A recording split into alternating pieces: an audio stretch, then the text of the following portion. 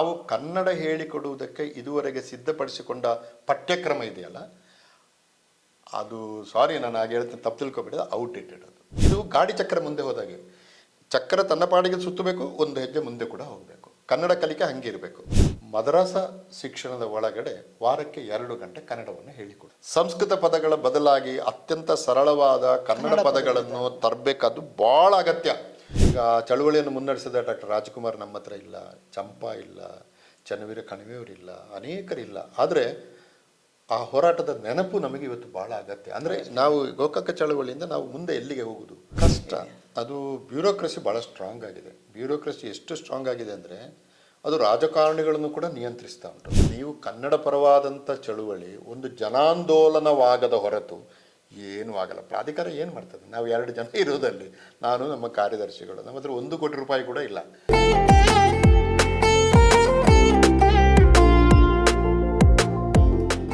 Sir, ಈಗ ಒಂದು ಪ್ರಶ್ನೆ ಬರುತ್ತೆ. ಈಗ ಸಾಹಿತ್ಯ ಅಕಾಡೆಮಿ ಸಾಮಾನ್ಯ ಕನ್ನಡ ಸಂಬಂಧಪಟ್ಟದ ಪುಸ್ತಕಗಳನ್ನು ತರುತ್ತೆ. ಹೌದು. ಈಗ ನೀವು ಪ್ರಾಧಿಕಾರ ಬೇಸಿಕಲಿ ಪಾಲಿಸಿ ಮೇಕಿಂಗ್ಗೆ ಇದು ಮಾಡೋವಂಥದ್ದು. ಸೊ ನಿಮಗೆ ಪ್ರಾಧಿಕಾರದಿಂದ ಈ ಪುಸ್ತಕಗಳನ್ನು ತರ್ತೀರಾ, ಹೇಗೆ? ತರ್ತೀನಿ, ಯಾಕಂದರೆ ಇದು ಸಾಹಿತ್ಯಕ್ಕೆ ಸಂಬಂಧಪಟ್ಟದಲ್ಲ ಇದು. ಈಗ ಅವರ ಹತ್ರ ಮಾತಾಡಿದ್ದೇನೆ ನಾನು, ಮತ್ತು ಅವರು ಸಾಹಿತ್ಯ ಅಕಾಡೆಮಿ ಅಧ್ಯಕ್ಷರು, ನಮ್ಮ ಬೋರ್ಡ್ ಮೆಂಬರ್ ಕೂಡ. ಅವರದ್ದು ಒಂದು ಯೋಜನೆ ಇದೆ. ಅಂದರೆ ಸಾಹಿತಿಗಳ ಒಂದು 100 ಜನ ಸಾಹಿತಿಗಳನ್ನು, ಅಂದರೆ ಹೆಚ್ಚು ಪ್ರಚಾರಕ್ಕೆ ಬಾರದ ಆದರೆ ಸಾಮಾಜಿಕ ಜೀವನದಲ್ಲಿ ತುಂಬ ಜನಪ್ರಿಯರಾದ ಅದು ಸಾಹಿತ್ಯದ್ದು, ನಂದು ಸಂಸ್ಕೃತಿದು. ಹಾಗೆ ಒಂದು ವ್ಯತ್ಯಾಸ ಇದೆ. ಮತ್ತು ಈ ಯೋಜನೆಯನ್ನು ಬೇರೆ ಯಾರಾದರೂ ತಗೊಂಡು ಮಾಡ್ತಾನೆ ಅಂದರೆ ನಾನು ವೆರಿ ಹ್ಯಾಪಿ. ಬಟ್ ಇದು ಆಗಬೇಕಿದು. ಇದನ್ನು ಬೇರೆ ಪುಸ್ತಕ ಪ್ರಾಧಿಕಾರ ಇದೆ, ಅವರು ಮಾಡ್ತೀನಿ ಅಂದರೆ ಎಸ್, ಅದು ನನಗೆ ನಾನೇ ಮಾಡಬೇಕು ಅಂತಿಲ್ಲ. ಬಟ್ ನನ್ನ ಉದ್ದೇಶ ಈಡೇರಬೇಕು, ಕೆಲಸ ಫ್ರೇಮ್ ವರ್ಕಲ್ಲಿ ಬರುತ್ತೆ. ಇದು ಹೆಂಗಂದರೆ ನಾನು ಹೇಳಬಾರ್ದು, ಅಥವಾ ತಮಾಷೆಯಾಗಿ ಹೇಳಬೇಕಂದ್ರೆ, ಈ ಸರ್ಕಾರದ ಆದೇಶಗಳಿದೆಯಲ್ಲ, ಅದು ಕನ್ನಡ ಓದಿದಂಗೆ ನೀವು ಎಡದಿಂದ ಬಲಕ್ಕೆ ಓದಿದರೆ ನಿನಗೆ ಈ ಅಧಿಕಾರ ಇದೆ, ನಿನಗೆ ಈ ಅಧಿಕಾರ ಇದೆ, ನಿನಗೆ ಈ ಅಧಿಕಾರ ಅಂತ ಹೇಳ್ತದೆ.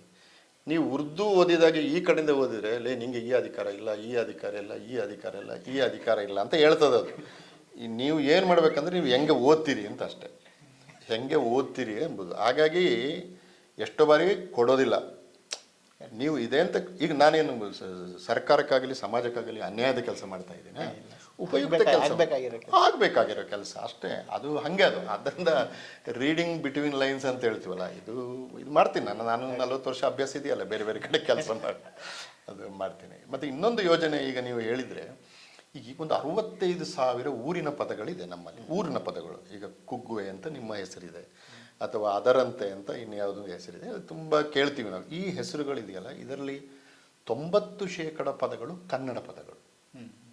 ಅಲ್ಲಿ ಎಂಡಿಂಗಿಗೆ ಪೆರಾಲ್ ಅಂತ ಒಂದು ಶಬ್ದ ಇದೆ, ಹೆರಂಜಾಲ್ ಅಂತ ಒಂದು ಪದ ಇದೆ, ಅಡ್ಕ ಅಂತ ಒಂದು ಪದ ಇದೆ. ಈಗ ನಂದೇ ಹೆಸರು ಬಿಳಿಮಲೆ ಅಂತ, 2 ಕನ್ನಡ ಪದಗಳೇ.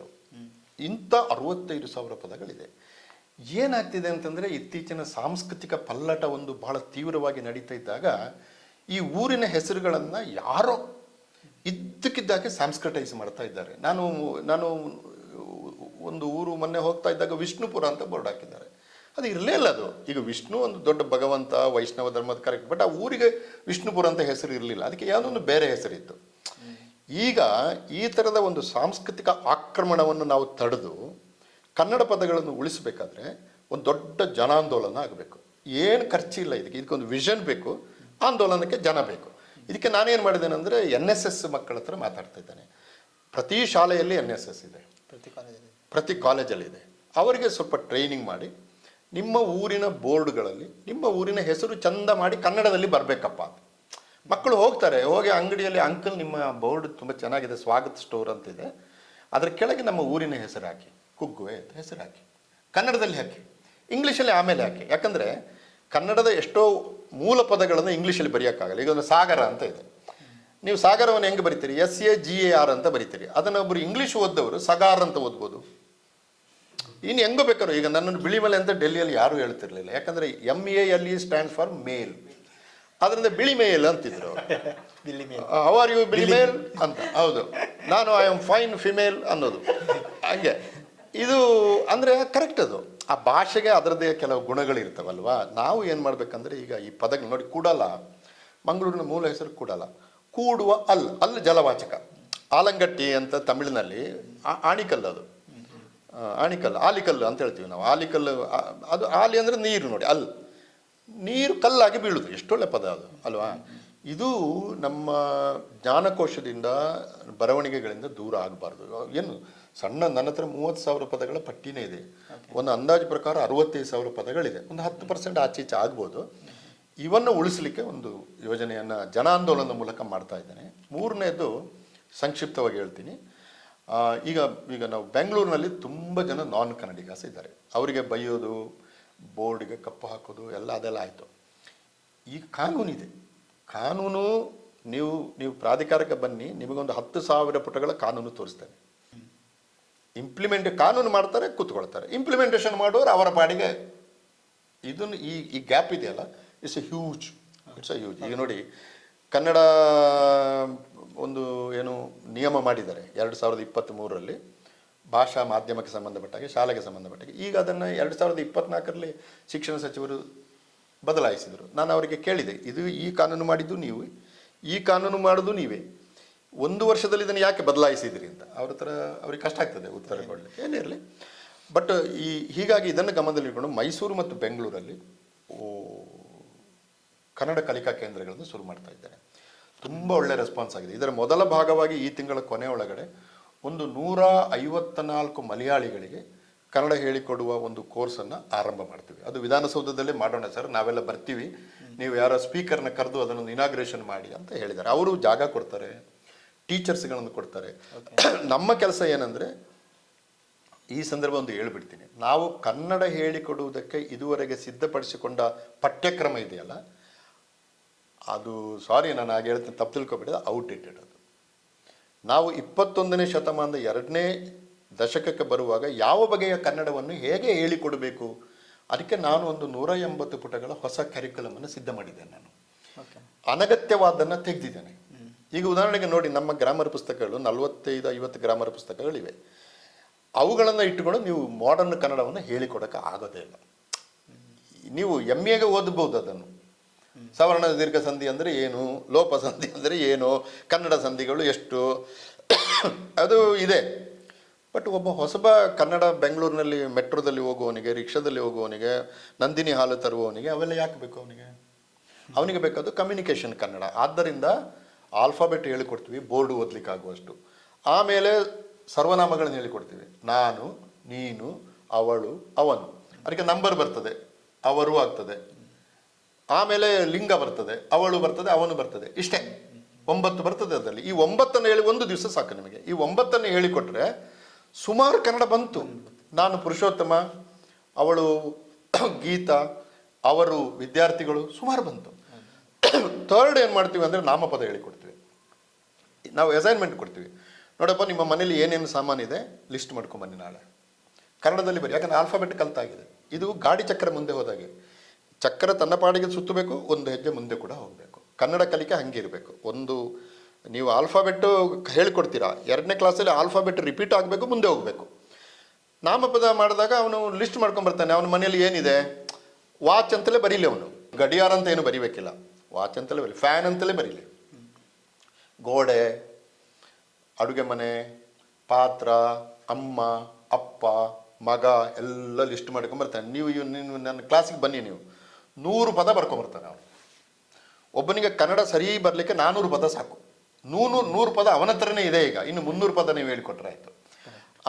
ನಾಮಪದ ಬಂದ ಮೇಲೆ ಇನ್ನೊಂದು ಕನ್ನಡದಲ್ಲಿದೆ ನೋಡಿ. ಕನ್ನಡದಲ್ಲಿ ಸುಮಾರು 45ಕ್ಕಿಂತ ಹೆಚ್ಚು ಗ್ರಾಮರ್ ಪುಸ್ತಕಗಳಿದೆ. ಹೆಚ್ಚಿನ ಗ್ರಾಮರ್ ಪುಸ್ತಕಗಳು 12ನೇ ಶತಮಾನದಲ್ಲಿ ಕೇಶಿರಾಜ ಬರೆದ ಶಬ್ದವಣಿ ದರ್ಪಣದ ಆಧುನಿಕ ರೂಪಗಳು. ಬದಲಾವಣೆ ಮಾಡಲಿಲ್ಲ.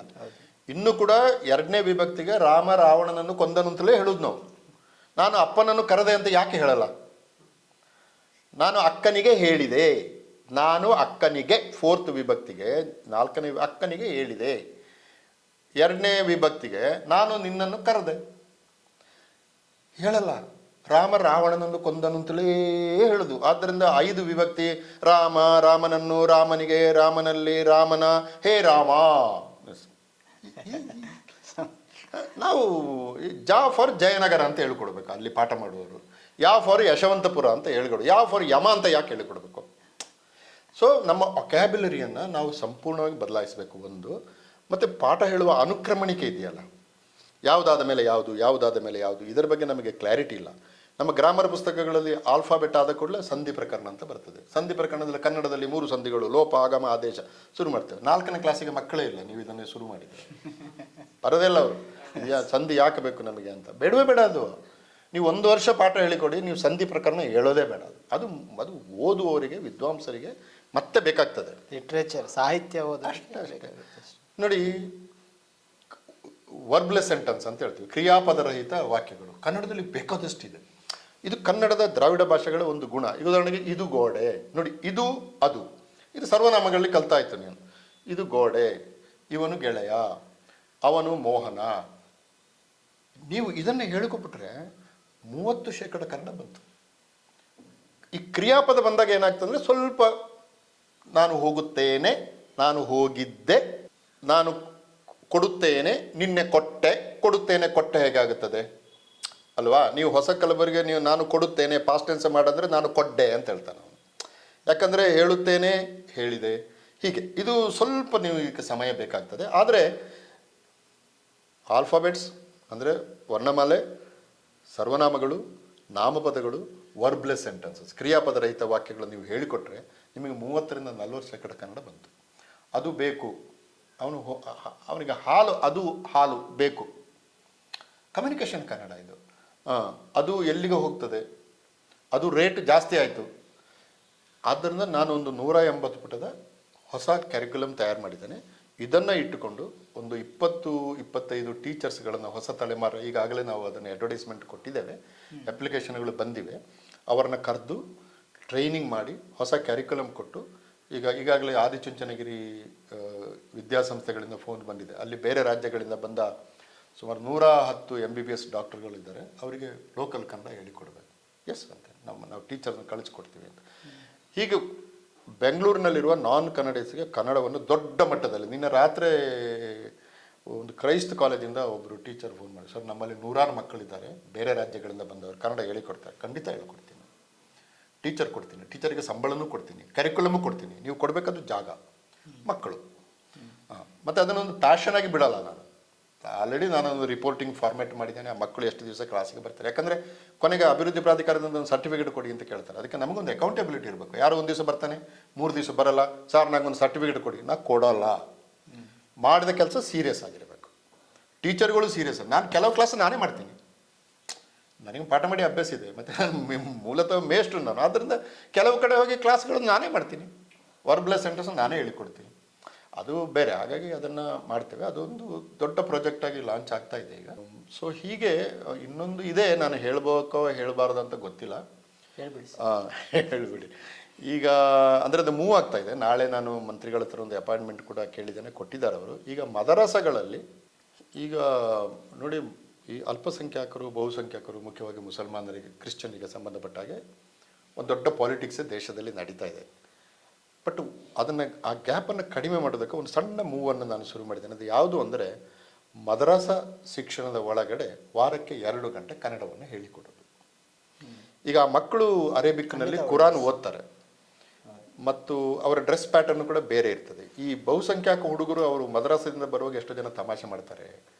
ಮತ್ತು ಅವರಿಗೂ ಕೂಡ ಬಹುಸಂಖ್ಯಾತರೊಟ್ಟಿಗೆ ಬೆರೀಲಿಕ್ಕೆ ಬೇಕಾದಂಥ ಒಂದು ಭಾಷಾ ಸಾಮರ್ಥ್ಯ ಉಂಟಲ್ಲ. ಈಗ ನಮ್ಮ ಯಕ್ಷಗಾನದಲ್ಲೆಲ್ಲ ಕನ್ನಡವನ್ನು ತಮಾಷೆ ಮಾಡೋದು ಯಾವುದಂದ್ರೆ ಮುಸ್ಲಿಂ ಕನ್ನಡ. ನಾನು ಹೋಗುತ್ತದೆ, ನೀನು ಬರುತ್ತದೋ, ಹೀಗೆ. ಅಂದರೆ ಕ್ರಿಯಾಪದ ಮತ್ತು ನಾಮಪದಕ್ಕೆ ಕನೆಕ್ಟಿವಿಟಿ ತಪ್ಪಿದೆ. ಈಗ ಮೊನ್ನೆ ಅದು ಚರ್ಚೆ ಆಗ್ತಾ ಇದೆ.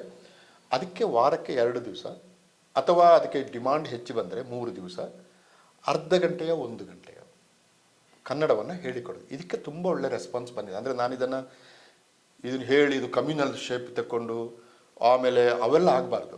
ಇದು ಅದಕ್ಕೆ ಮತ್ತೆ ಇನ್ನೊಂದಿದೆ ಏನಂದರೆ, ಇವತ್ತು ಮುಸಲ್ಮಾನರಲ್ಲಿಯೇ ಅವರನ್ನು ಕರೆದು ಒಂದು ಟ್ರೈನಿಂಗ್ ಕೊಟ್ಟರೆ ಕನ್ನಡವನ್ನು ಹೇಳಿಕೊಡುವ ಹುಡುಗರು ಆ ಕಮ್ಯುನಿಟಿಯಲ್ಲೇ ಇದ್ದಾರೆ. ಒಳ್ಳೆ ರೈಟರ್ಸ್ ಇದ್ದಾರೆ ಮುಸಲ್ಮಾನರಲ್ಲಿ.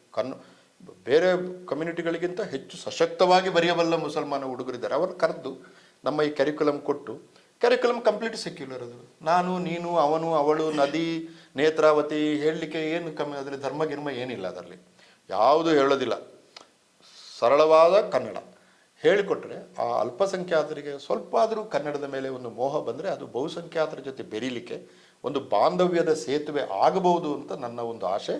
ಇದನ್ನು ನಾನು ಅನೇಕ ಮುಸಲ್ಮಾನ ನನ್ನ ಚಿಂತಕರ ಜೊತೆಗೆ ಮಾತಾಡಿದ್ದೇನೆ. ಅವರೆಲ್ಲರೂ ಭಾಳ ಉತ್ಸಾಹದಿಂದ ಹೇಳಿದ್ದಾರೆ. ಮೊನ್ನೆ ಅಲ್ಲಿ ಒಂದು ಮುಸಲ್ಮಾನರ ಭಾಳ ದೊಡ್ಡ ಸಮಾವೇಶ ನಡೆಯಿತು. ನಾನು ಹೇಳಿದೆ, ನೋಡಿ ಇದು ಡೆಲಿಕೇಟ್ ಇಶ್ಯೂ, ಇದು ನಾನು ಇದನ್ನು ನಿಮಗೆ ಫ್ಲೋಟ್ ಮಾಡ್ತಾ ಇದ್ದೀನಿ, ನಿಮಗೆ ಬೇಕು ಅನಿಸಿದರೆ ಶುರು ಮಾಡೋಣ, ಇಲ್ಲ ಇದಕ್ಕೆ ಬೇರೆ ಇದೆ ಅಂದರೆ ನನಗೇನು ಅಂಥ ಒತ್ತಡ ಏನಿಲ್ಲ ಅಂತ ಹೇಳಿದ್ರೆ ಎಲ್ಲರೂ ನಿಂತು ಚಪ್ಪಾಳೆ ಹೊಡೆದರು. ಮಾಡೋಣ ಸರ್, ನಾವು ನಿಮಗೆ ಬೆನ್ನೆಲ್ಲಿ ಬೀಳ್ತೇವೆ ಅಂತ. ಹಾಗಾಗಿ ತುಂಬ ಒಳ್ಳೆಯ ರೆಸ್ಪಾನ್ಸ್ ಇದೆ. ಇದು ಒಂದೊಂದು ಭಾಳ ಚೆನ್ನಾಗಿ ಮಾಡಿ ಆಗಸ್ಟ್ರಿಂದ ಅದನ್ನು ಲಾಂಚ್ ಮಾಡಬೇಕು ಅಂತಿದ್ದೀನಿ. ನಾಳೆ ಈ ಥರದ ಕೆಲಸ. ಸರ್, ಈಗ ಇನ್ನೊಂದು ದೊಡ್ಡ ಸಮಸ್ಯೆ ಇದೆ. ಈಗ ಭಾಷೆ ಅಂತ ಬಂದಾಗ ಕನ್ನಡ ಇವತ್ತು ನಾವು ಯಾವುದು ಗ್ರಾಂಥಿಕ ಕನ್ನಡ, ಸಾಹಿತ್ಯಿಕ ಕನ್ನಡ ಅಂತ ಹೇಳ್ತೀವಿ ನಮ್ಮ ಶಿಕ್ಷಣದಲ್ಲಿ ಅಥವಾ ಶಿಕ್ಷಣ ಮಾಧ್ಯಮದಲ್ಲಿ ಇರುವಂಥದ್ದು, ಬಹುತೇಕ ಆಗಿ ಅದು ಒಂದು ಸಣ್ಣ ಮೈನಾರಿಟಿ ಕನ್ನಡ. ಯಾಕಂದರೆ ನೀವೇ ಹೇಳ್ದಂಗೆ ಕನ್ನಡದ ಇವತ್ತು ನೂರಾರು ಥರಗಳಿದ್ದಾವೆ. ಅದು ಯಾವುದನ್ನು ಕೂಡ ಎಸ್ಪೆಷಲಿ ಈಗ ಉತ್ತರ ಕನ್ನಡ ಇರ್ಬೋದು ಅಥವಾ ಮಲೆನಾಡು ಕನ್ನಡ, ಬೇರೆ ಬೇರೆ ಹಳ್ಳಿಗಾಡಿನ ಕನ್ನಡ ಅಂತ ನಾವೇನು ಹೇಳ್ತೀವಿ, ಅದರ ಯಾವ ಅಂಶಗಳು ಕೂಡ ಇವತ್ತು ಗ್ರಾಂಥಿಕ ಕನ್ನಡದಲ್ಲಿದ್ದ. ಇದು ಒಂದು ಕಲಿಯುವಿಕೆಯಲ್ಲಿ ಈ ಕನ್ನಡ ಮೀಡಿಯಂ ವಿದ್ಯಾರ್ಥಿಗಳಿಗೆ ಕಲಿಯುವಿಕೆಯಲ್ಲಿ ಅವರು ಕೂಡೋದು ಕಳೆಯೋದ್ರ ಬದಲು ವ್ಯವಕಲನ ಸಂಕಲನ ಅಂತ ಹೇಳುವಂಥ ಒಂದು ಅನಿವಾರ್ಯತೆಗೆ ಸಿಕ್ಕಾಕೊಂಡಿದ್ದಾರೆ. ಅದು ಅವ್ರಿಗೆ ಇನ್ನೂ ಕೂಡ ಕಷ್ಟದ, ಅಂದರೆ ಕನ್ನಡ ಅಂದ್ರೆ ಕಷ್ಟ ಅನ್ನೋ ಪರಿಸ್ಥಿತಿ ಕೂಡ ಇವತ್ತು ಇದಾಗಿದೆ. ಈ ಒಂದು ಪರಕೀಯತೆಯನ್ನು ಕನ್ನಡಿಗರಾಗಿನೇ ಕನ್ನಡ ಮೀಡಿಯಮ್ಮನ್ನೇ ಕಲಿಬೇಕಾದ್ರೆ ಒಂದು ಪರಕೀಯತೆಯನ್ನು ಅನುಭವಿಸುವ, ಕೀಳರಿಮೆಯನ್ನು ಅನುಭವಿಸುವ, ಈಗ ಅದರಲ್ಲಿ ಬಹಳ ಶುದ್ಧ ಕನ್ನಡ, ಅಶುದ್ಧ ಕನ್ನಡ ಅಂತ ತರೋದು, ಸ್ಪಷ್ಟ ಉಚ್ಚಾರಣೆ, ಇವೆಲ್ಲ ಕೂಡ ನಿಜವಾಗಿ ದೊಡ್ಡ ಮಟ್ಟದಲ್ಲಿ ಕನ್ನಡ ಮಕ್ಕಳನ್ನು ಹಿಂದೆ ತಳ್ತಾ ಇರುವಂಥದ್ದು. ಇದಕ್ಕೆ ಪ್ರಾಧಿಕಾರದಿಂದ ಅಥವಾ ನಿಮ್ಮ ಯಾವುದಾದ್ರು ನೀತಿ ನಿರೂಪಣೆ ಯಾವ ರೀತಿಯಲ್ಲಿ ಮಾಡ್ಬೋದು ಅಂತ ಸರ್? ಅಲ್ಲ, ಇದು ಸ್ವಲ್ಪ ನಮ್ಮ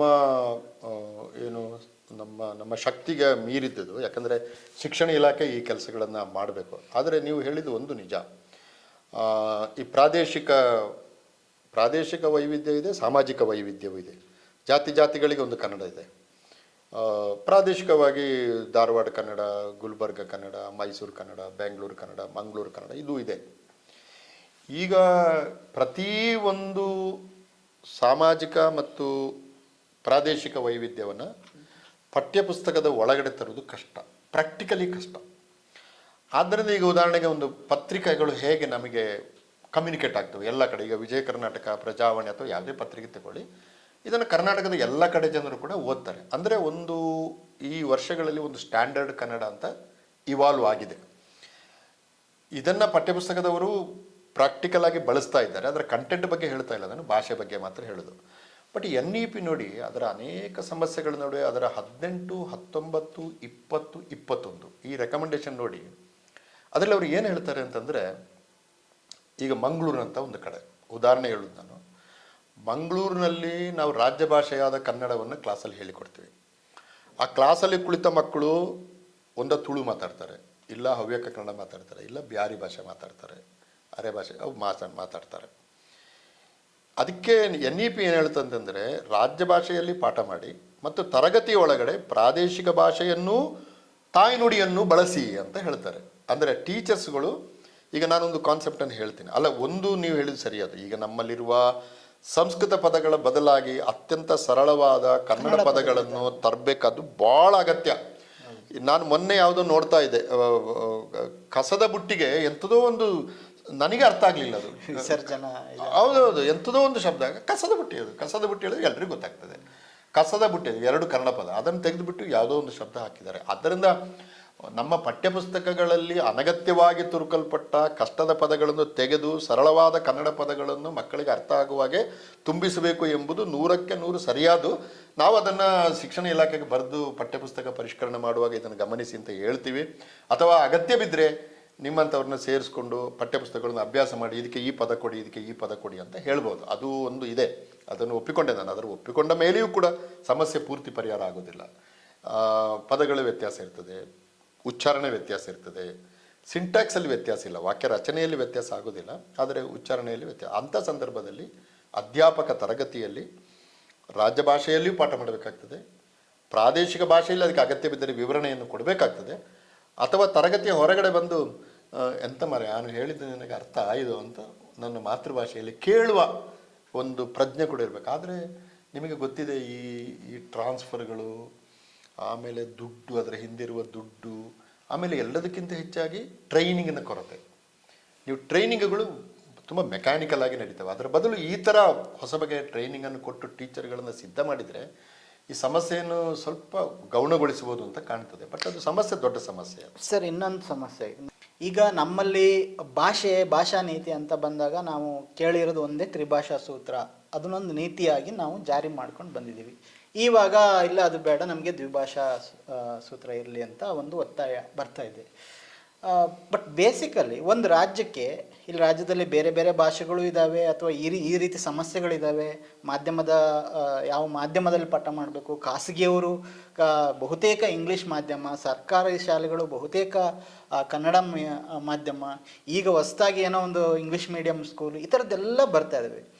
ಬಟ್ ಬಹಳ ವರ್ಷಗಳಿಂದ ಒಂದು ಭಾಷೆಯ ಸಂಬಂಧಪಟ್ಟಂಗೆ ಯೋಜನೆಗಳು ಹೇಗಿರಬೇಕು ಅನ್ನೋದ್ರ ಬಗ್ಗೆ ವಿಶೇಷವಾಗಿ ಕರ್ನಾಟಕದಲ್ಲಿ ಹಲವಾರು ಭಾಷಾಶಾಸ್ತ್ರಜ್ಞರು ಚರ್ಚೆ ಮಾಡ್ತಾ ಬರ್ತಾ ಇದ್ದಾರೆ.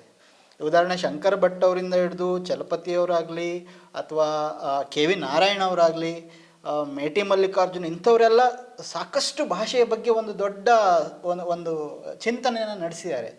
ಪ್ಲ್ಯಾನಿಂಗ್ ಅಂತ ಬಂದಾಗ, ಒಂದು ಸರ್ಕಾರದ ಯೋಜನೆ ಅಂತ ಬಂದಾಗ, ಭಾಷಾ ಯೋಜನೆ ಅಂತ ಬಂದಾಗ ಇವರನ್ನು ಯಾರನ್ನೂ ಕೂಡ ಇನ್ವಾಲ್ವ್ ಮಾಡ್ದೇನೆ ಬೇಸಿಕಲಿ ಭಾಷೆಯ ಒಂದು ಯೋಜನೆ ತಯಾರಿಸುವಾಗ ಅಂಥ ಪ್ರಯತ್ನಗಳು ಕೂಡ ಆಗಿಲ್ಲ.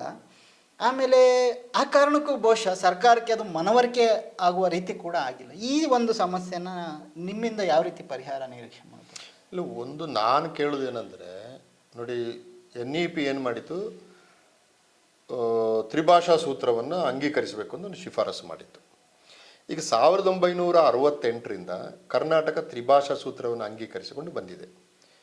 ಒಂದು ಇವ್ಯಾಲ್ಯೂಷನ್ ಆಗಬೇಕು. ತ್ರಿಭಾಷಾ ಸೂತ್ರವನ್ನು ಅಂಗೀಕರಿಸಿಕೊಂಡು ಬಂದದರಿಂದ ಕರ್ನಾಟಕಕ್ಕೆ ಏನು ಪ್ರಯೋಜನ ಆಗಿದೆ, ಕ್ಲಿಯರ್ ನಮಗೆ ಒಂದು ಅನಾಲಿಸಿಸ್ ಬೇಕು. ಏನು ಸಣ್ಣ 68ರಿಂದ 2024 ಅಂದರೆ ಸಣ್ಣ ಅವಧಿ ಅಲ್ಲ ಇದು. ಹೌದು ಸರ್. ತ್ರಿಭಾಷಾ ಸೂತ್ರದಿಂದ ಕರ್ನಾಟಕಕ್ಕೆ ಲಾಭ ಆಗಿದೆ ಅಂತಂದರೆ ತಮಿಳುನಾಡಿಗೆ ನಷ್ಟ ಆಗಿರಲೇಬೇಕು. ಯಾಕಂದರೆ ಅವರು 1968ರಿಂದ ದ್ವಿಭಾಷಾ ಸೂತ್ರವನ್ನೇ ಅಂಗೀಕರಿಸಿಕೊಂಡು ಬಂದಿದ್ದು. ನಮಗೆ ಕಾಮನ್ ಸೆನ್ಸ್ ಹೇಳಿದ ಹಾಗೆ ಭಾಷೆ ಮತ್ತು ಸಾಹಿತ್ಯ ಸಂಸ್ಕೃತಿ ವಿಷಯದಲ್ಲಿ ತಮಿಳರು ನಮಗಿಂತ ಗಟ್ಟಿ ಇದ್ದಾರೆ, ಮುಂದೆ ಇದ್ದಾರೆ. ದ್ವಿಭಾಷಾ ಸೂತ್ರದಿಂದ ಅವರಿಗೆ ಲಾಭ ಆಗಿದೆ ಅಂತಂದರೆ ನಮಗೇನೋ ನಷ್ಟ ಆಗಿರ್ಬೇಕು. ಆ ನಷ್ಟ ಯಾವುದು ಎಂಬುದರ ಒಂದು ಫಸ್ಟ್ ಇವ್ಯಾಲ್ಯೂಷನ್ ಆಗಬೇಕು. ಗಾಳಿಯಲ್ಲಿ ಗುಂಡು ಹೊಡೆಯೋದಲ್ಲ, ಅಂಕಿಅಂಶಗಳೀಗ ಹಿಂದಿ ಕಲ್ತದ್ರಿಂದ ಕರ್ನಾಟಕದವರಿಗೆ ಉತ್ತರ ಭಾರತದಲ್ಲಿ ಹಿಂದಿ ಪ್ರಾಂತ್ಯದಲ್ಲಿ ಎಷ್ಟು ಕೆಲಸ ಸಿಕ್ಕಿದೆ, ಅಂಕಿಅಂಶಗಳನ್ನು ಕೊಡಿ. ತಮಿಳರು ಹಿಂದಿ ಕಲ್ತಿಲ್ಲ, ಹಾಗಾದರೆ ಅವರಿಗೆ ಉತ್ತರ ಭಾರತದಲ್ಲಿ ಕೆಲಸ ಸಿಗಲಿಲ್ವಾ? ನಾನು ನಿಮಗೆ ಒಂದು ಸ್ಟ್ಯಾಟಿಸ್ಟಿಕ್ಸ್ ಕೊಡ್ತೇನೆ. ಗುಡ್ಗಾಂವ್, ಫರೀದಾಬಾದ್, ಡೆಲ್ಲಿ, ನೋಯ್ಡಾ, ಇದು NCR, ನ್ಯಾಷನಲ್ ಕ್ಯಾಪಿಟಲ್ ಟೆರಿಟರಿ. 10 ಲಕ್ಷ ಉದ್ಯೋಗಿಗಳಿದ್ದಾರೆ ಖಾಸಗಿ ಕಂಪನಿಯಲ್ಲಿ. ಈ 10 ಲಕ್ಷ ಉದ್ಯೋಗಿಗಳಲ್ಲಿ ಸುಮಾರು 5 ಲಕ್ಷ ಉದ್ಯೋಗಿಗಳು ತಮಿಳರು. ಇಂಗ್ಲೀಷ್ ಕಲ್ತಿದ್ದಾರೆ ಎಂಬ ಕಾರಣಕ್ಕೆ ಅವರಿಗೆ ಕೆಲಸ ಸಿಕ್ಕಿದೆ. ಹಿಂದಿ ಕಲೀಲಿಲ್ಲ ಎಂಬ ಕಾರಣಕ್ಕೆ ಅವರಿಗೆ ಕೆಲಸ ಸಿಗದೆ ಹೋಗಲಿಲ್ಲ. ಕನ್ನಡದವರು ಇರೋದು 450 ಜನ. ಗುಡ್ಗಾಂವ್ ಕರ್ನಾಟಕ ಸಂಘ ಉಂಟು. ಸತ್ಯನಾರಾಯಣ ಪೂಜೆ ಮಾಡಿದರೆ ಎಲ್ಲ ಕನ್ನಡಿಗರು ಬರ್ತಾರೆ. 450ರಿಂದ 500 ಜನ ಇರೋದು. ಹಾಗಾದರೆ ನಾವು ಹಿಂದಿ ಕಲ್ತದ್ರಿಂದ ನಮಗೆ ಜಾಸ್ತಿ ಸಂಖ್ಯೆ ಇರಬೇಕಿತ್ತಲ್ಲ ಅಲ್ಲಿ.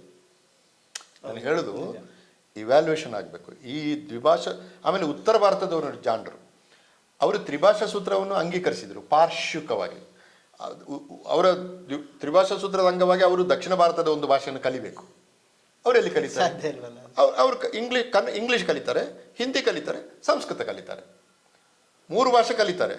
ತ್ರಿಭಾಷಾ ಸೂತ್ರವನ್ನು ಅಂಗೀಕರಿಸಿದರು, ಆದರೆ ಪಾರ್ಶ್ವಿಕವಾಗಿ. ದಕ್ಷಿಣ ಭಾರತದ ಭಾಷೆಗಳನ್ನ ಯಾಕೆ ಕಲೀಲಿಲ್ಲ? ಆದ್ದರಿಂದ ಅವರಿಗೆ ಇಂದಿಗೂ ಕೂಡ ದಕ್ಷಿಣ ಭಾರತದ ಭಾಷೆಗಳ ಬಗ್ಗೆ ಒಂದು ಕಲ್ಪನೆಯೇ ಇಲ್ಲ, ನಿಜವಾಗಲೂ ಕಲ್ಪನೆ ಇಲ್ಲ. ದೊಡ್ಡವರಿಗೆ ಒಬ್ಬರು ಇದು ಎಂಥದ್ದು ಹಂಸರಾಜ್ ಕಾಲೇಜಿನ ಒಬ್ಬರು ಪ್ರೊಫೆಸರ್ ನನ್ನ ಹತ್ರ ಬಂದು ಅದು ಕಲಿಬೇಕು ಅಂತ ಈಗ ನಾವು ಬಯಸ್ಬೋದು, ಆದರೆ ಅವ್ರಿಗೆ ಅದು ಅಗತ್ಯ ಅನ್ಸಲ್ಲ. ಈಗ ಇಲ್ಲಿ ಹಿಂದಿ ನಮಗೆ ಅಗತ್ಯ ಇದೆ ಅಂತ ನಮಗೆ ಮನಸ್ಸಿಗೆ ತುಂಬಿಸ್ತಾ ಇದ್ದಾರೆ, ಅಥವಾ ಇಂಗ್ಲೀಷ್ ಅಗತ್ಯ ಇದೆ ಅಂತ ನಾವು ಅನ್ಕೋತೀವಿ. ಅಥವಾ ಈ ಸಂಸ್ಕೃತ ಇನ್ನೇನೋ ಕಾರಣಕ್ಕೆ ಸಂಸ್ಕೃತ ಕಲಿಬೇಕು, ಅಟ್ಲೀಸ್ಟ್ ಲಾಸ್ಟಿಗೆ ಮಾರ್ಕ್ಸ್ ಜಾಸ್ತಿ ಕೊಡ್ತಾರೆ, ಈ ಕಾರಣಕ್ಕೆಲ್ಲ ಬರುತ್ತೆ. ಸೊ ಆವಾಗ ಉತ್ತರ ಭಾರತದವ್ರಿಗೆ ದಕ್ಷಿಣ ಭಾರತದ ಇದು ಎಲ್ಲೂ ಅಗತ್ಯ ಇಲ್ಲ ಅಂತ ಅವ್ರು ಅಂದ್ಕೊಂಡಿರ್ತಾರೆ. ಹೌದು, ಅಲ್ಲ, ಅದು ಸಮಸ್ಯೆ ಇದೆ. ಬಟ್ ಹಿಂದಿ ಬೇಕು ಅಂತ ಕರ್ನಾಟಕದವರಿಗೆ ಅನ್ನಿಸಿದಾಗೆ ತಮಿಳರಿಗೆ ಯಾಕೆ ಅನ್ನಿಸಲಿಲ್ಲ? ಈಗ ಒಂದು ಭಾಷೆ ಅಗತ್ಯ, ಈಗ ಭಾಷೆ ಕಲಿಕೆಗೆ ನಾನು ವಿರೋಧ ಅಲ್ಲ, ಅದು ನಾವು ಕಲೀಲೇಬೇಕು. ಬಟ್ ಅವರಿಗೆ ಅನ್ನಿಸಲಿಲ್ಲ ನೋಡಿ. ಅಂದರೆ ಕರ್ನಾಟಕಕ್ಕೆ ಭಾಷೆಗೆ ಸಂಬಂಧಪಟ್ಟಾಗ ಒಂದು ಮೂಲಭೂತವಾದ ಸಮಸ್ಯೆ ಇದೆ, ನಾವು ಅದನ್ನು ಪರಿಹರಿಸ್ಕೊಳ್ಬೇಕು ಇವತ್ತಲ್ಲ ನಾಳೆ ಆದರೂ. ಖಂಡಿತ ಸರ್. ಅದು ಸ್ವಲ್ಪ ಜಾಗೃತಿ ಗೋಕಾಕ್ ಚಳವಳಿ ಸಂದರ್ಭದಲ್ಲಿ ಸ್ವಲ್ಪ ಬಂದಿರ್ಬೋದು. ಬಟ್ ಇವಾಗ ಅದಕ್ಕೆ ನಾನು ದಾವಣಗೆರೆಯಲ್ಲಿ ಗೋಕಾಕ್ ಚಳವಳಿ ಒಂದು ನೆನಪು ಅಂತ ಒಂದು ಕಾರ್ಯಕ್ರಮ ಮಾಡ್ತಾ ಇದ್ದೀನಿ. ನೀವೆಲ್ಲ ಬರಬೇಕು. ಈಗ ಆ ಥರದ ಚಳವಳಿ ಮತ್ತೆ ಆಗಲೇ ಇಲ್ಲ. ಈಗ ಆ ಚಳವಳಿಯನ್ನು ಮುನ್ನಡೆಸಿದ ಡಾಕ್ಟರ್ ರಾಜ್ಕುಮಾರ್ ನಮ್ಮ ಹತ್ರ ಇಲ್ಲ, ಚಂಪಾ ಇಲ್ಲ, ಚನ್ನವೀರ ಕಣಿವೆಯವರಿಲ್ಲ, ಅನೇಕರಿಲ್ಲ. ಆದರೆ ಆ ಹೋರಾಟದ ನೆನಪು ನಮಗೆ ಇವತ್ತು ಬಹಳ ಅಗತ್ಯ. ಅಂದರೆ ನಾವು ಗೋಕಾಕ ಚಳವಳಿಯಿಂದ ನಾವು ಮುಂದೆ ಎಲ್ಲಿಗೆ ಹೋಗುದು ಅಂತ ಒಂದು ರಾಜ್ಯ ಮಟ್ಟದ, ಯಾಕಂದರೆ ಕರ್ನಾಟಕ ಹೆಸರು ಬಂದು 50 ವರ್ಷ ಆಯಿತು. ಈ ನಮ್ಮ ಮಾನ್ಯ ಸಂಸ್ಕೃತಿ ಸಚಿವರು ಹೇಳಿದ್ದಾರೆ, ಈ 50 ವರ್ಷಕ್ಕೆ ಒಳ್ಳೆ ಕಾರ್ಯಕ್ರಮವನ್ನು ರೂಪಿಸಿ ಅಂತ. ಅದರಲ್ಲಿ ಒಂದು ನಾನು ಅಂದರೆ 3-4 ಕಾರ್ಯಕ್ರಮ ಇದೆ. ಒಂದು ಇದೆ ಗೋಕಾಕ್ ಚಳವಳಿಯ ನೆನಪು ಎಲ್ಲಿಗೆ. ಅಂದರೆ ನೀವು ಹೇಳಿದ ಸರಿಯಾದ, ನನಗೂ ಕೂಡ ಅದರ ಬಗ್ಗೆ ತುಂಬ ಸ್ಪಷ್ಟವಾದ ಒಂದು ಕ್ಲಾರಿಟಿ ಇಲ್ಲ ನನಗೆ. ಈಗ ಕನ್ನಡ ಮಾಧ್ಯಮ ಅಂದಾಗ ನಮ್ಮ ಅನೇಕ ಸ್ನೇಹಿತರು ಇಲ್ಲ ನಮಗೆ ಇಂಗ್ಲೀಷ್ ಮಾಧ್ಯಮ ಬೇಕು ಅಂತ, ಅದ್ರದ್ದು ನಮಗೆ ಬಿಡುಗಡೆ ಆಗುತ್ತೆ ಎಂಬ ವಾದವನ್ನು ಕೂಡ ಹೇಳಿದ್ದಾರೆ. ಅದು ಭಾಳ ಗಂಭೀರವಾಗಿ ಸ್ವೀಕರಿಸಿದೆ. ನನಗೆ ಆ ಥರದ್ದು ಏನಿಲ್ಲ. ಆದರೆ ಹೌದಾ, ಇಂಗ್ಲೀಷ್ ಕಲಿತ ಕೂಡಲೇ ನಾವು ಹಾಗಾದರೆ ಇಂಗ್ಲೀಷ್ನಲ್ಲಿ ಹೈರಾರ್ಕಿ ಇಲ್ವಾ? ಅದೊಂದು ವರ್ಣಾಶ್ರಮ ಮುಕ್ತವಾದ, ವರ್ಗ ಶ್ರೇಣಿ ಮುಕ್ತವಾದಂಥ ಒಂದು ಭಾಷೆಯಾಗಿದ್ದರೆ ನಾನು ಸಹ ಬರ್ತೀನಿ ಅದಕ್ಕೆ. ಆದರೆ ಅದಕ್ಕೆ ಅದರದೇ ಆದಂಥ ಶ್ರೇಣೀಕರಣ ಇರ್ತದೆ, ಅದಕ್ಕೆ ಅದರದೇ ಆದಂಥ ಏಷ್ಯನ್ ಇಂಗ್ಲೀಷಸ್ ಅಂತ ಇತ್ತೀಚೆಗೆ ಒಂದು ಪುಸ್ತಕ ಓದಿದ್ದೆ ನಾನು, ಬ್ರಿಡ್ಜ್ ಕಚ್ಚರು ಅವರ ಪುಸ್ತಕ, ಯೂನಿವರ್ಸಿಟಿ ಆಫ್ ಶಿಕಾಗೋದಿಂದ ಪಬ್ಲಿಷ್ ಆಯಿತು. ಅದು ಇಂಗ್ಲೀಷ್ ಭಾಷೆಯ ಹೈರಾರ್ಕಿಗಳ ಬಗ್ಗೆ ತುಂಬ ಮಾತಾಡ್ತದೆ. ಸೊ ನಾವು ನಮ್ಮ ಭಾಷೆಯನ್ನು ಬಿಟ್ಟು ಬೇರೆ ಭಾಷೆಗೆ ಹೋದಾಗ ಅದರಿಂದ ನಾವು ಮುಕ್ತರಾಗ್ತೇವೆ ಎಂಬ ವಾದ ನಮ್ಮಲ್ಲಿಯೇ ಬರ್ತಾ ಇರುವಾಗ ನಾವು ಕನ್ನಡವನ್ನು ಕಟ್ಟುವ ಬಗೆ ಇದೆಯಲ್ಲ, ಭಾಳ ಎಚ್ಚರದಿಂದ ಕಟ್ಟಬೇಕಾಗುತ್ತೆ. ಅಂದರೆ ಸರ್, ಈಗ ಈ ವಾದ ಇದು ಎಲ್ಲಿಂದ ಬರ್ತಿದೆ ಅಂದರೆ, ಇಂಗ್ಲಿಷ್ ಅನ್ನದ ಭಾಷೆ, ಇದು ನಮ್ಮ ತಾಯಿ ಭಾಷೆ ಇರ್ಬೋದು, ಕನ್ನಡ, ತುಳು, ಮತ್ತೊಂದು. ಇಂಗ್ಲಿಷ್ ಅನ್ನದ ಭಾಷೆ ಅನ್ನುವ ಒಂದು ತಿಳುವಳಿಕೆ ಬಂದಿರೋದು, ಮತ್ತು ಅದಕ್ಕೆ ನಮಗೆ IT, BT, ಮೆಡಿಕಲ್ಲು ಇಂಥವೆಲ್ಲ ಇರೋದ್ರಿಂದ ಅವೆಲ್ಲ ಇಂಗ್ಲೀಷಲ್ಲೇ ಸಿಗ್ತಾ ಇರೋದ್ರಿಂದ ಈ ಕನ್ನಡ IT, BTಗಳು ಕೂಡ ಕನ್ನಡದಲ್ಲಿದ್ದಿದ್ರೆ, ಸಾಫ್ಟ್ವೇರ್ಗಳು ಕನ್ನಡದಲ್ಲಿದ್ದಿದ್ರೆ, MBBS ಕನ್ನಡದಲ್ಲಿದ್ದಿದ್ರೆ, ಡಿಪ್ಲೊಮಾ ಕನ್ನಡದಲ್ಲಿದ್ದಿದ್ರೆ ಬಹುಶಃ ಅದು ಬೇರೆ ಪರಿಸ್ಥಿತಿ ಇರ್ತಿತ್ತು, ಜರ್ಮನಿ, ಜಪಾನಲ್ಲಿ ಇರೋ ಥರ. ಆ ಥರ ಒಂದು ಮಾಡ್ಕೊಂಡೇ ಇಲ್ವಲ್ಲ ಸರ್? ಮಾಡ್ಕೊಂಡಿಲ್ಲ, ಅದು ನಿಜ. ಅದು ಮಾಡ್ಕೊಂಡಿಲ್ಲ, ನಿಜ. ಅದು ಮಾಡಬೇಕಾಗಿತ್ತು, ಮಾಡಿಲ್ಲ. ಈಗ NEP ಇಂಟ್ರೊಡ್ಯೂಸ್ ಮಾಡಿದ್ರು, ಉನ್ನತ ಶಿಕ್ಷಣದಲ್ಲಿ ಕನ್ನಡದಲ್ಲಿ ಪುಸ್ತಕಗಳು ಇಲ್ಲವೇ ಇಲ್ಲ, ತಯಾರೇ ಮಾಡಿಲ್ಲ. ಆಮೇಲೆ ತಯಾರು ಮಾಡಿದ ಪುಸ್ತಕಗಳನ್ನು ಓದೋದಕ್ಕಿಂತ ಇಂಗ್ಲೀಷ್ನಲ್ಲಿ ಓದೋದೇ ಸುಲಭ, ಆ ಥರ ಪಠ್ಯಪುಸ್ತಕಗಳು. ಸರ್, ಈಗ ನೀವು ವಿಧಾನಸೌಧದಲ್ಲಿ ಕೂತಿದ್ದೀರಾ, ಸಾಮಾನ್ಯವಾಗಿ ಇಂಥ ನೀತಿ ನಿರೂಪಣೆಗಳು ಅಥವಾ ಇಂಪ್ಲಿಮೆಂಟೇಷನ್ ಎಲ್ಲ ಬಂದಾಗ ಅಧಿಕಾರಶಾಹಿನೇ ದೊಡ್ಡ ಪಾತ್ರ ವಹಿಸುವಂಥದ್ದು, ಎಸ್ಪೆಷಲಿ IASಗಳು. ಬಟ್ ನಾವು ನೋಡ್ತಾ ಅಥವಾ ನಮ್ಮ ಒಂದು ಗ್ರಹಿಕೆಗೆ ಸಿಗ್ತಿರೋದು, ಈ IASಗಳಿಗೆ ನಿಜಕ್ಕೂ ಕನ್ನಡದ ಅಭಿವೃದ್ಧಿ, ಕನ್ನಡ ಭಾಷೆಯ ಬಗ್ಗೆ ಪ್ರೀತಿ, ಅಭಿಮಾನ ಇರ್ಲಿಕ್ಕೆ ಸಾಧ್ಯನ? ಎಲ್ಲೋ ಚಿರಂಜೀವಿ ಸಿಂಗ್ ಅಂತವ್ರು ಒಬ್ಬಿಬ್ರು ಇರ್ಬೋದು, ಬಟ್ ಜನರಲ್ಲಿ ಅವರಿಗೆ ಅವ್ರು ಏನು ಈ ಸ್ತ್ರೀ ಭಾಷಾ ಸೂತ್ರ ಅಂಥದ್ರ ಬಗ್ಗೆನೇ ಜಾಸ್ತಿ ಇರೋವಂಥದ್ದು. ಮತ್ತು ಮಾಧ್ಯಮ ಅಂತ ಬಂದಾಗಲೂ ಕೂಡ. ಸೊ ಅವ್ರಗಳ ಜೊತೆಗೆ ನೀವು ಹೇಗೆ ಕೆಲಸ ಮಾಡ್ತೀರಿ, ಅಥವಾ ಅವರಿಗೆ ಅರಿವು ಮೂಡಿಸುವಂಥ ಕೆಲಸಗಳೇನಾದ್ರು? ಕಷ್ಟ. ಅದು ಬ್ಯೂರೋಕ್ರಸಿ ಭಾಳ ಸ್ಟ್ರಾಂಗ್ ಆಗಿದೆ. ಬ್ಯೂರೋಕ್ರಸಿ ಎಷ್ಟು ಸ್ಟ್ರಾಂಗ್ ಆಗಿದೆ ಅಂದರೆ ಅದು ರಾಜಕಾರಣಿಗಳನ್ನು ಕೂಡ ನಿಯಂತ್ರಿಸ್ತಾ ಉಂಟು. ಹೌದು ಸರ್, ಅವರೇ. ಹೌದು, ನಾವು ರಾಜಕಾರಣಿಗಳು ಚೇಂಜ್ ಆಗ್ಬೋದು ವರ್ಷದಿಂದ ವರ್ಷಕ್ಕೆ, ಬದಲಾಗಲ್ಲ. ಮತ್ತೆ ಈಗ ಇರುವ ಹಾಗೆ ನನಗಿರುವ ಸಂಕ್ಷಿಪ್ತ 2 ವರ್ಷದ ಅವಧಿಯಲ್ಲಿ ರಾಜಕಾರಣಿಗಳ ಮನಸ್ಥಿತಿಯನ್ನು ಮೂಲಭೂತವಾಗಿ ಬದಲಾಯಿಸೋದು ಕಷ್ಟ. ಆದರೆ ಕೆಲವು ಒಳ್ಳೆಯ ಅಧಿಕಾರಿಗಳು ಕೂಡ ಇದ್ದಾರೆ, ಕನ್ನಡದ ಪರವಾಗಿ ಕೆಲಸ ಆಗಬೇಕು ಅಂತ ಹೇಳೋರಿದ್ದಾರೆ. ನನ್ನ ಜೊತೆ ಅಂಥವ್ರು ಇದ್ದಾರೆ. ಆದ್ದರಿಂದ ನನ್ನ ಯೋಜನೆಗಳಿಗೆ ಒಪ್ಪಿಗೆ ಕೊಡುವವರು, ಮಾರ್ಗದರ್ಶನ ಮಾಡುವ ಅಂಥ ಒಂದು ಗುಂಪು ನನ್ನ ಜೊತೆ ಇದ್ದಾರೆ. ಅವರಿಂದ ನಾನು ಪ್ರಯೋಜನ ಪಡ್ಕೊಳ್ತೀನಿ. ಮತ್ತು ಒಂದೇ ಮಾತು ಹರ್ಷ, ನೀವು ಕನ್ನಡ ಪರವಾದಂಥ ಚಳುವಳಿ ಒಂದು ಜನಾಂದೋಲನವಾಗದ ಹೊರತು ಏನೂ ಆಗಲ್ಲ. ಪ್ರಾಧಿಕಾರ ಏನು ಮಾಡ್ತದೆ? ನಾವು 2 ಜನ ಇರೋದಲ್ಲಿ, ನಾನು, ನಮ್ಮ ಕಾರ್ಯದರ್ಶಿಗಳು. ನಮ್ಮ ಹತ್ರ 1 ಕೋಟಿ ರೂಪಾಯಿ ಕೂಡ ಇಲ್ಲ. ಹಾಗಾಗಿ ಲಿಮಿಟ್ ಅದರಲ್ಲಿ 50% ಸ್ಯಾಲ್ರಿಗೆ ಹೋಗುತ್ತದೆ. ಹಾಗಾಗಿ ಅದು ಸಮಸ್ಯೆ ಇದೆ. ಆದರೆ ಜನಗಳಿಗೆ ಇದರ ಬಗ್ಗೆ ಅರಿವು ಅದಕ್ಕೆ ನಾನು ವಿಧಾನಸೌಧದಲ್ಲಿ ಕೂತಿರೋದು ಹೌದು, ಬಟ್ ನಾನು ಅಲ್ಲೇ ಕೂತಿರೋದಿಲ್ಲ. ಈಗ ನೆಕ್ಸ್ಟ್ ಸೋಮವಾರ ನಾನು ಬೀದರಿಗೆ ಹೋಗ್ತಾ ಇದ್ದೀನಿ, ಗಡಿಭಾಗಕ್ಕೆ ಹೋಗ್ತಾ ಇದ್ದೀನಿ, ಆಮೇಲೆ ಗುಲ್ಬರ್ಗದ ಗಡಿಭಾಗಕ್ಕೆ ಹೋಗ್ತಾ ಇದ್ದೀನಿ, ಅಲ್ಲಿ 100 ವರ್ಷದ ಶಾಲೆಗಳನ್ನು ಭೇಟಿ ಮಾಡ್ತಾ ಇದ್ದೀನಿ, ಬೆಳಗಾವಿಗೆ ಹೋಗ್ತಾ ಇದ್ದೀನಿ. ನಾನು ಅಂದರೆ ಹೋಗಲಿಕ್ಕೆ ಮೊದಲು ವಿಧಾನಸೌಧದಲ್ಲಿ ಮಾಡುವ ಕೆಲಸಗಳನ್ನು ಮಾಡಬೇಕಲ್ಲ, ಅದಕ್ಕೆ ಸಂಬಂಧಪಟ್ಟ ಯೋಜನೆಗಳು, ಅದಕ್ಕೆ ಸ್ವಲ್ಪ. ಈಗ ನಾನು ಬೀದರ್ಗೆ ಹೋದರೆ ನನಗೆ ಸ್ವಲ್ಪ ಖರ್ಚಾಗ್ತದೆ, ಯಾರಾದರೂ TA ಆದರೂ ಕೊಡಬೇಕಲ್ಲ ನನಗೆ, ಅದನ್ನೆಲ್ಲ ಮಾಡಿಕೊಂಡು ಹೋಗ್ತೀನಿ. ಹಾಗಾಗಿ ನಾನು ಇದನ್ನು ಭಾಳ ಕ್ಲಿಯರ್, ನಾನು ಬೀದಿಲಿದ್ದವನು ನಾನು. ಮತ್ತು ಈ ಮಾತನ್ನು ಹಿಂದೆ ಹೇಳಿದೆ ನಾನು, ಇವತ್ತು ಕನ್ನಡದ ಕೆಲಸ ಆಗಬೇಕಾಗಿದ್ದು ವಿಧಾನಸೌಧದಲ್ಲಿ ಕುಳಿತು ಅಲ್ಲ, ಬೀದಿಲಿ ನಿಂತು ಆಗಬೇಕಾಗಿರೋದು. ನಾನು ನಿನ್ನೆ ಕನ್ನಡ ಪರ ಹೋರಾಟಗಾರನ ಕರೆದದರ ಒಂದು ಉದ್ದೇಶ ಏನಂದರೆ, ಬೀದಿಲಿ ನಿಂತು ಕೆಲಸ ಮಾಡುವಾಗ ಪೊಲೀಸರು ಅವ್ರ ಮೇಲೆ ಕೇಸ್ ಹಾಕ್ತಾರೆ. ಈಗ ನಿಮಗೆ ಜಾಗ ಕೊಟ್ಟಿದ್ದಾರೆ, ಸ್ವಾತಂತ್ರ್ಯ ಉದ್ಯಾನಕ್ಕೆ ಹೋಗಿ ಏನಾರು ಮಾಡಿ ಅಂತ, ನಿಮ್ಮ ಮೇಲೆ ಕೇಸು ಆಗೋದಿಲ್ಲ, ನೀವು ಏನಾದ್ರು ಮಾತಾಡೋದು ಬರೋದು. ಈ ನಮ್ಮ ಹಿಂದಿನ ಹೋರಾಟಗಾರರು ಹಾಗೆ ಮಾಡಿಲ್ಲ. ಆಕ್ಚುಲಿ ಕಾರ್ಖಾನೆಗಳ ಎದುರು ಹೋರಾಟ ಮಾಡಿದ್ದಾರೆ, ವಿಧಾನಸೌಧಕ್ಕೆ ನುಗ್ತಿದ್ದಿಲ್ಲ ಸರ್ ರೈತ ಸಂಘದವರು ಮುತ್ತಿಗೆ ಹಾಕ್ತಿದ್ರು. ಕೇಸುಗಳು ಇದೆ ಅವರ ಮೇಲೆ. ಅದು ಒಂದು ಅವ್ರದ್ದು ಡಿಮಾಂಡ್ ಇತ್ತು, ಕೇಸುಗಳನ್ನು ತೆಗೆಯುವಾಗೆ ಮಾಡಿ ಅಂತ. ನಾನು ನೋಡ್ತಾ ಇದ್ದೀನಿ ಅದನ್ನು. ಸರ್, ಈಗ ನಮ್ಮ ಮುಖ್ಯಮಂತ್ರಿ ಸಿದ್ದರಾಮಯ್ಯ ಅವರು ಹಂಗೆ ನೋಡಿದರೆ ಕನ್ನಡ ಕಾವಲು ಸಮಿತಿ ಮೂಲಕನೇ ಅವರು ರಾಜಕಾರಣಕ್ಕೆ ಅಥವಾ ಒಂದು ಅಧಿಕಾರಕ್ಕೆ ಬಂದಂಥವ್ರು. ಇವತ್ತು CM ಇದ್ದಾರೆ, ನಿಮ್ಮ ಜೊತೆಗಿದ್ದಾರೆ. ಅವರ ಒಂದು ಕನ್ನಡ ಕಾಳಜಿ, ನಿಮ್ಮ ಕಾಳಜಿಗಳು ಇವೆಲ್ಲ ಒಂದು ಸಮ್ಮಿಳಿತ ಆಗಿ ಒಂದು ಒಳ್ಳೇದು ಆಗ್ಬೋದಂತ ನಿರೀಕ್ಷೆ ಇದೆ. ನಿಮಗೆ ಈ ಬಗ್ಗೆ ಎಷ್ಟು ಹೋಪ್ಸ್ ಇದೆ? ನನಗೂ ನಿರೀಕ್ಷೆ ಇದೆ. ನಾನು ಯೋಜನೆ ತಯಾರು ಮಾಡಿದ್ದೀನಿ, ಸಮಯ ಕೇಳಿದ್ದೀನಿ CM ಹತ್ರ. ಈಗ ಸ್ವಲ್ಪ 17ರಿಂದ ಸೆಷನ್ ಶುರು ಆಗ್ತಾ ಇರೋದು, ಅವರು ಬ್ಯುಸಿ ಇದ್ದಾರೆ. ಬಟ್ ಅವರ ಆಪ್ತ ಸಹಾಯಕರು ಹೇಳಿದ್ದಾರೆ, ನಿಮಗೆ 15 ನಿಮಿಷ ಸಮಯ ಕೊಡಿಸ್ತೀನಿ ಅಂತ. ಈ ಯೋಜನೆಯನ್ನು ಅವರಿಗೆ ನಾನು ಎಕ್ಸ್ಪ್ಲೈನ್ ಮಾಡಬೇಕು. ಮತ್ತು ಇದರಲ್ಲಿ ರಾಜ್ಯಕ್ಕೆ ವಿರೋಧವಾದ್ದು ಅಥವಾ ಅವರ ಖಜಾನೆಗೆ ತುಂಬ ಪೆಟ್ಟು ಕೊಡುವಂಥದ್ದು ಏನೂ ಇಲ್ಲ. ಹಾಗಾಗಿ ಅವರು ಒಪ್ತಾರೆ ಅಂತ ಅಂದ್ಕೊಂಡಿದ್ದೀನಿ. 15 ನಿಮಿಷ ಸಾಲುತ್ತೆ ಸರ್. ಈಗ ನಾವು ಇಂಟರ್ವ್ಯೂ ಮಾಡೋಕ್ಕೆ ಅರ್ಧ ಗಂಟೆ ತಗೊಂಡ್ವಿ, ಕನಿಷ್ಠ ಒಂದು ಅರ್ಧ-ಮುಕ್ಕಾಲು ಗಂಟೆ ನಂತರ. ನಾವು ಕೇಳುವಾಗ 5 ನಿಮಿಷ ಕೇಳೋದು, ಆಮೇಲೆ ಅರ್ಧ ಗಂಟೆ ತಗೊಳ್ಳೋದು. ಅದು ನಮ್ಮ ಕ್ರಮ, ಅವರಿಗೂ ಕೂಡ ಗೊತ್ತುಂಟದು. ಹಾಗಾಗಿ 15 ನಿಮಿಷ ಆದ ಕೂಡ ನಿಮ್ಮ ಸಮಯ ಮುಗೀತು ಹೋಗಿ ಅಂತ ಹೇಳೋದಿಲ್ಲ, ಅವರು ಕೂತ್ಕೊಳ್ಳಿ ಅಂತ ಹೇಳ್ತಾರೆ ಅವರು. ಅದು ಅವರಿಂದ ಒಂದು ಒಪ್ಪಿಗೆ ಬೇಕು. ಮತ್ತು ಅವರ ಕನ್ನಡ ಪರವಾದ ಜನಪರವಾದ ಹೇಳಿಕೆಗಳು ಇತ್ಯಾದಿಗಳ ಬಗ್ಗೆ ನನಗೆ ವಿಶ್ವಾಸ ಇದೆ. ಹಾಗಾಗಿ ಅಂಥ ತೊಂದರೆ ಆಗಲಿಕ್ಕಿಲ್ಲ ಅಂತ ಅಂದ್ಕೊಂಡಿದ್ದೀನಿ. ಧನ್ಯವಾದಗಳು ಸರ್. ಭಾಳಷ್ಟು ವಿಷಯಗಳು, ನಿಮ್ಮ ವಿಷನ್ಗಳನ್ನು ಈ ಮೂಲಕ ನಾವು ಒಂದು 10-15 ನಿಮಿಷದಲ್ಲಿ ಚರ್ಚೆ ಮಾಡಿದ್ವಿ ಅನ್ಕೋತೀನಿ. ಪ್ರಿಯ ವೀಕ್ಷಕರೇ, ಬಹಳಷ್ಟು ವಿಷಯಗಳನ್ನು ನಾವು ಪ್ರೊಫೆಸರ್ ಬಿಳಿಮಲೆ ಸರ್ ಅವ್ರ ಮೂಲಕ ತಿಳ್ಕೊಂಡ್ವಿ. ಅವರ ಒಂದು ದೃಷ್ಟಿಕೋನ ಅಥವಾ ಅವರ ಪ್ರಯತ್ನಗಳಿಗೆ ಖಂಡಿತ ಎಲ್ಲ ಕನ್ನಡಿಗರು ಅಥವಾ ಕರ್ನಾಟಕದ ಎಲ್ಲ ಜನ ಕೂಡ ಜೊತೆಗೆ ಇರೋಣ ಅಂತ ಹೇಳ್ತಾ ಅವರಿಗೆ ಮತ್ತೊಮ್ಮೆ ಕನ್ನಡ ಪ್ಲಾನೆಟ್ ಬಳಗದಿಂದ ಅವರಿಗೆ ನಮಸ್ಕರಿಸಿ ಈ ಸಂದರ್ಶನ. ಧನ್ಯವಾದಗಳು. ಎಲ್ಲರೂ ನಮ್ಮ ಜೊತೆ ಇರಿ. ನಾವು ತಪ್ಪು ಮಾಡಿದರೆ ಸ್ಪಷ್ಟವಾಗಿ ಅದನ್ನು ಹೇಳಿ, ನೇರವಾಗಿ ಹೇಳಿ. ಸರಿ ಮಾಡಿದರೆ ನಮ್ಮ ಜೊತೆ ಸೇರಿ ಬಲಿಷ್ಠವಾದ ಕರ್ನಾಟಕವನ್ನು, ಬಲಿಷ್ಠವಾದ ಕನ್ನಡವನ್ನು ಕಟ್ಟುವುದಕ್ಕೆ ಕೆಲಸ ಮಾಡೋಣ.